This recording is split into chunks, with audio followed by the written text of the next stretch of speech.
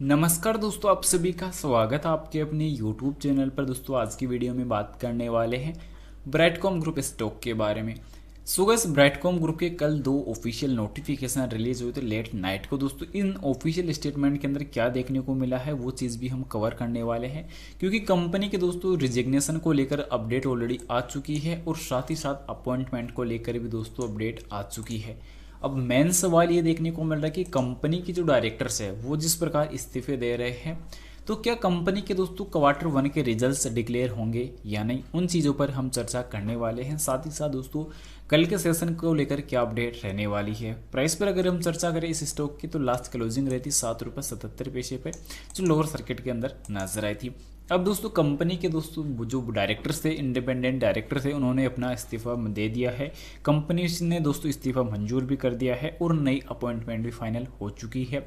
यहाँ पे दोस्तों अभी के टाइम जिस प्रकार अपॉइंटमेंट रिजिग्नेशन को लेकर कंपनी को जो पत्र लिखा उसमें देखने को ये मिला कि कंपनी में आने वाले टाइम एक अच्छी जो तेज़ी है,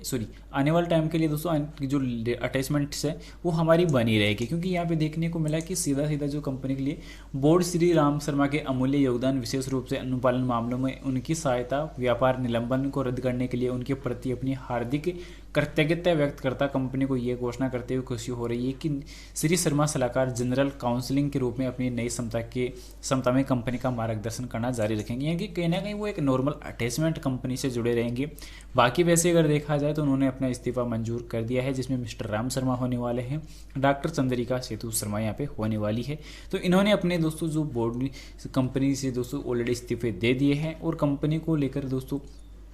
कहीं ना कहीं ये अपडेट भी देखने को मिल रही है कि कंपनी आने वाले दोस्तों जो बोर्ड मीटिंग होने वाली है उसमें जल्द ही नई अपॉइंटमेंट होएगी। पर अब नई बोर्ड अपॉइंटमेंट है जो भी हो चुकी है, और यहाँ पे नई बोर्ड अपॉइंटमेंट में दोस्तों देखने को ये भी मिल चुका है कि कंपनी की तरफ से इन्फॉर्मेशन भी आ चुकी है कि नई अपॉइंटमेंट आ चुकी है। हम आपको सूचित करना चाहते हैं कि उक्त बैठक के एजेंडे में निम्नलिखित आइटम जोड़ा गया है। कंपनी के स्वतंत्र निदेशकों के रूप में निम्नलिखित व्यक्तियों की नियुक्ति पर विचार और अनुमोदन आवश्यक अनुमोदन के अधीन श्री पलाडू डुगु वेंकट रुबाराव, सुश्री दीपिका दलिया स्वतंत्र रूप से नियुक्ति के रूप में निदेशक के रूप में नियुक्ति के उपरोक्त व्यक्तियों के सहमति पत्र संदर्भ करना चाहते हैं। यानी कि कंपनी के दोस्तों अपॉइंटमेंट ऑलरेडी नई हो चुकी है, पर मेन चीज़ ये है कि कंपनी के रिजल्ट्स की जो डेट है 30 नवंबर, उस पर क्या इफेक्ट होने वाला है। जहाँ तक दोस्तों देखने को मिल रहा है कि लास्ट टाइम जब Q2 के रिजल्ट्स आए थे उसके पहले भी कंपनी के बोर्ड डायरेक्टर्स ने दोस्तों इस्तीफे दिए थे और कंपनी की डेट चेंज करनी पड़ी थी।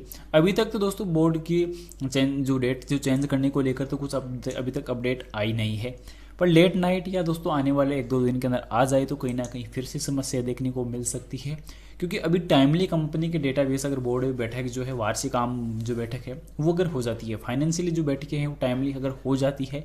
तो कहीं ना कहीं निवेशकों में भी एक अच्छी रिकवरी की उम्मीद जो है वो जग सकती है। साथ ही साथ दूसरा सेकेंडरी जो सबसे रीजन है वो ये देखने को मिला था कि लास्ट टाइम कंपनी ने वीकली रिपोर्ट मेंशन की थी, उसमें ये देखने को मिला था कि कंपनी की जो नॉर्मल जो ट्रेडिंग सेशन है वो 14 दिसंबर के पहले चल सकती है, क्योंकि कंपनी की एनएससी से जो चर्चाएं थी वो ऑलमोस्ट कंप्लीट हो चुकी है और बीएससी से अंतिम चरण पे दोस्तों जो चर्चाएं है वो चल रही है। तो कहीं ना कहीं कंपनी की उम्मीदें जो एक्सपेक्टेशन थी वो ये लग रही थी कि कंपनी जल्द ही अब जो ट्रेडिंग सेशन है वो चालू हो सकती है, जो सस्पेंशन है वो जल्द ही हो सकता है। पर अभी इस चीज़ पर कोई क्लियरेंस ऑफिशियली देखने को मिला नहीं, कंपनी की तरफ से कोई 100% गारंटी वाला जो कन्फर्मेशन है वो अभी तक मिला नहीं, क्योंकि वो एक एक्सपेक्टेशन है, जो एक उम्मीद जो है वो कंपनी लगा रही है। बाकी अगर कंपनी के डेटाबेस में अगर हम सबसे पहले अगर देखें मनी कंट्रोल के रिपोर्ट को अगर हम एक्सप्लोर करने की कोशिश करें, तो यहाँ पे कंपनी के दोस्तों जो थ्रेट्स निकल के आ रहे हैं कंपनी को रिगार्डिंग कंपनी के लिए जो देखने को मिल रहे हैं उनमें नेगेटिविटी भी काफ़ी ज़्यादा नज़र आ रही है। कंटिन्यूसली जो डेटाबेस में दोस्तों उतार चढ़ाव भी हमें नज़र आ सकते हैं, क्योंकि फाइनेंशियली जो नंबर्स है वो कंपनी के भी आ नहीं रहे और लगातार कंपनी का डेटाबेस काफ़ी वीक जा रहा है, क्योंकि यहाँ पे कंपनी का जो वेरिस जो चार्ट पैटर्न है वो काफ़ी वेरिस देखने को मिल रहा है। साथ ही साथ कंपनी के जो इंडिकेटर्स थे वो भी काफ़ी वीक हैं, क्योंकि आरएसआई इंडिकेटर काफ़ी वीक हो चुका है, क्योंकि सप्ताह में एक ही बार कंपनी की ट्रेडिंग चलती है, सप्ताह टू सप्ताह। तो ये चीज़ काफ़ी वीक जाने वाली है, क्योंकि अभी कंपनी जब तक ये जो फाइनेंशियल रिजल्ट्स है वो डिक्लेयर नहीं कर देती तब तक कंपनी के दोस्तों जो इन्वेस्टर है उनको भी एक बड़ी समस्या रहने वाली है, क्योंकि अभी ऑलमोस्ट अगर हम टोटल इन्वेस्टरों की संख्या अगर कैलकुलेट करते हैं तो दोस्तों 6,46,230 इन्वेस्टर अभी वर्तमान मौजूदा समय में रहने वाले हैं, क्योंकि लास्ट टाइम क्वार्टर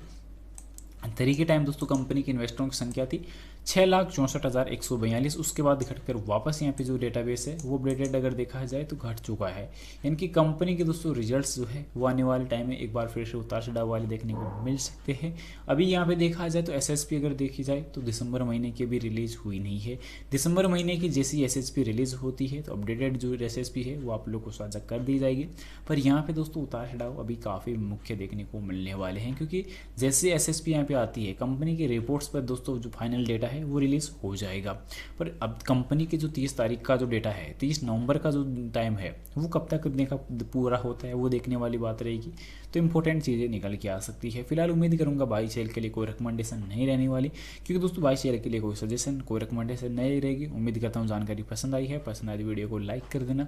चैनल पे नहीं हो दोस्तों चैनल को सब्सक्राइब कर देना।